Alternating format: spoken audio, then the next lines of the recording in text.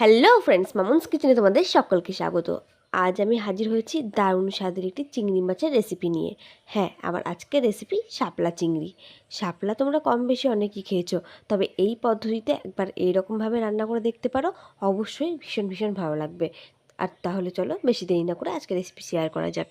তো এই শাপলা চিংড়ির জন্য প্রথমেই লাগছে শাপলাগুলোকে দেখো ভালো করে আমি এরকমভাবে কেটে বেছে ধুয়ে রেখে দিয়েছি।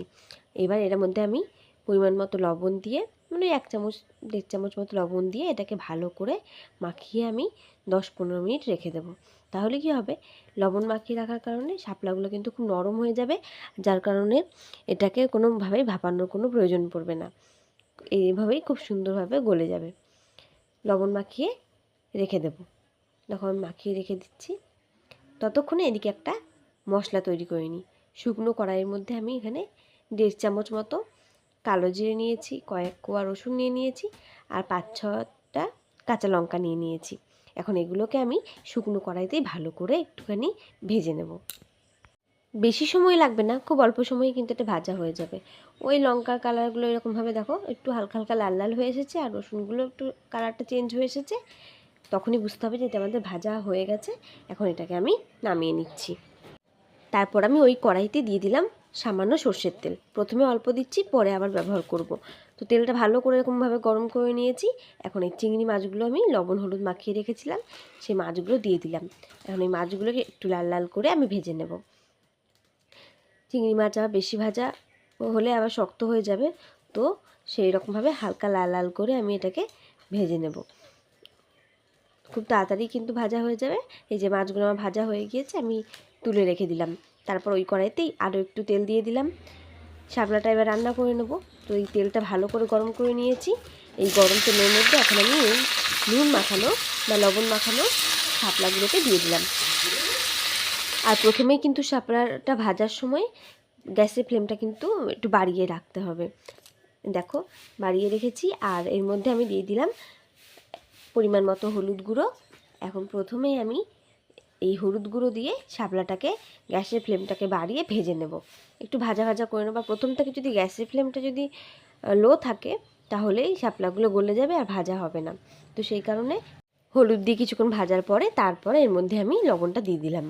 পরিমাণ মতো লবণ দিয়ে দিয়েছি, যেহেতু আমার প্রথমে লবণ মাখানো ছিল সেই অনুযায়ী আমি লবণটা বুঝে দিয়েছি। লবণ দিয়ে দেখো ভালো করে ভেজে টেজে নিয়ে এখন এর মধ্যে আমি যে আগে থেকে শুকনো কড়াইয়ের মধ্যে রসুন কাঁচা লঙ্কা কালো জিরে ওগুলো ভেজে রেখেছিলাম, সেই ভাজা মশলাটাকে বেটে রেখেছি সামান্য জল দিয়ে। এবার সেই বাটা মশলাটা দিয়ে দিলাম। এবার বাটা মশলাটা দিয়ে খুব ভালো করে এই শাপলার সাথে মিশিয়ে একটু মশলাটা আমি কিছুক্ষণ কষিয়ে নেব। আবার খুব বেশিক্ষণও ভাজবো না, যেহেতু মশলাগুলো আমি আগেই শুকনো কড়াইতে নেড়ে নিয়েছিলাম, মানে একটু একটু ভাজা হয়েই আছে, কারণ কোনো রকম কাঁচা গন্ধ কিন্তু নেই। তো সেই জন্য বেশিক্ষণ আমি ভাজবো না। বেশি ভাজলে আবার কালো জিরে দেওয়া আছে, তেতো হয়ে যাবে। একটু কিছুক্ষণ ভেজে নেওয়ার পর আমি এটাকে ঢেকে সেদ্ধ হতে দেব। দেখো কিছুক্ষণ পরে ঢাকনা খুলে একটু জলও বেরিয়ে এসেছে হালকা। আর এটা তো ভাজতে ভাজতে অনেকটা সিদ্ধ হয়েই এসেছে। এবার কি করতে হবে, একটু খুন্তির সাহায্যে এরকমভাবে ভেঙে ভেঙে এটাকে যতটা সম্ভব গলিয়ে নিতে হবে। এ দেখো খুব সুন্দর কিন্তু গলে গেছে। আমি কিন্তু কোনো রকম ভাপানো ছাড়াই আজকে শাপলাটা রান্না করছি। তোমরাও এরকমভাবে একবার করবে, দেখবে ভীষণ ভালো লাগবে খেতে। তো এই সময় আমি এর মধ্যে দিয়ে দিচ্ছি সামান্য কয়েক দানা চিনি।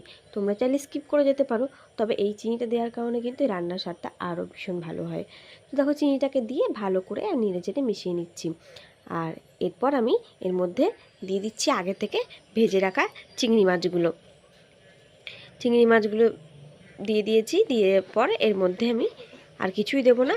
এখন ভালো করে চিংড়ি মাছটাকে এই শাপলার সাথে মিশিয়ে নিতে হবে, যেন চিংড়ি মাছের ফ্লেভারটা খুব ভালো করে শাপলার সাথে মিশে যায়। তো দেখো ভালো করে মেশানো হয়ে গেছে। এখন আমাদের আর খুব বেশি কাজ নেই, রান্না কিন্তু আমাদের একদম হয়ে গেছে। এখন শুধু এটাকে গরম গরম ভাতের সাথে সার্ভ করার পালা। তো ফ্রেন্ডস, দেখলে তো কত সহজে আজকে শাপলা চিংড়ি রান্না করলাম। তো আমার মতন এরকমভাবে তোমরাও রান্না করে দেখতে পারো, ভীষণ ভালো লাগে। তো ফ্রেন্ডস, রেসিপিটি কেমন লাগলো অবশ্যই কমেন্ট করে জানিও। ভালো লাগলে অবশ্যই লাইক কমেন্ট শেয়ার করে দিও।